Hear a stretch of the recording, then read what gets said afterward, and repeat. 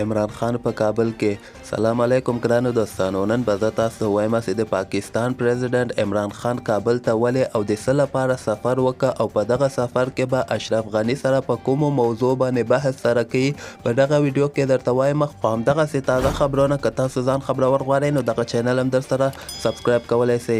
نو لکه څنګه چې موږ وګورو نن د پاکستان پریزیډنټ عمران خان کابل ته سفر وکړ او دغه سفر د ډاکټر اشرف غني په بلنه باندې کړی و. اشرف غني ورته هغه څو ورځې مخکې بلنه ورکړله او همدغسې عمران خان ته یې ویلې چې ته راسه دلته افغانستان ته کابل ته چې بعضې ډېرې غټې موضوعګانې دي چې دغې باندې به سره ډاکټر اشرف غني او عمران خان خبرې کوي. اصل کې که موږ وګورو د افغانستان او د پاکستان دغه سیاسي حالت هېڅکله هم دومره ښه سوی نه ده، خو چې کله خراب سي کله بیا بیرته ښه سي.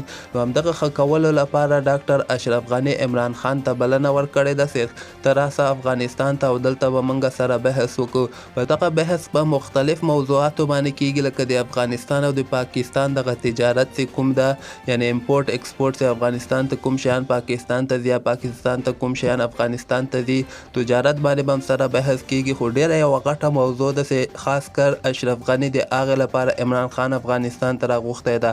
دغه موضوع لکه څنګه چې موږ وګورو د افغانستان په زیاتره ولایتونو کې په دغه ورځو کې جنګ ډیر زیات شدت اختیار کړی، ډیر په تیزۍ سره جنګونه ډیر زیات دي.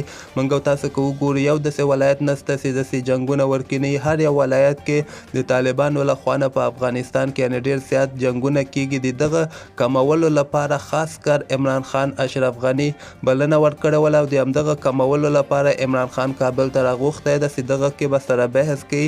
یعنې عمران خان ته به دغه وایي چې تاسې یعنې که چېرته طالبانو ته ووایي چې دغه جنګونه افغانستان کې بس کړي او دغه سولې ته ضامن سي، یعنې د سولې لپاره باید موږ او تاسو په ګډه باندې سره کار وکړو. نو که چېرته وای تاسو په طالبانو باندې فشار راولئ او دغه جنګونه کم سي نو د موږ او د تاسو دواړو لپاره به دغه ګټور ثابته سي او موږ به د سولې لپاره کومه یوه لار راوباسو. ټول نه غټه موضوع همدغه ده چې افغانستان کې جنګونه ډېر زیات دي او د دغه کمولو لپاره اشرف غني عمران خان ته بلنه ورکړې ده او ده نه یې دغه غوښتنه هم کړې ده چې تاسو په طالبانو باندې فشار واچوئ چې افغانستان کې دغه جنګونه کم کړي او سولې ته کار وکړو. تاسو د دې په هکله باندې څه نظر لرئ لاندې په کمنټ کې ولیکئ.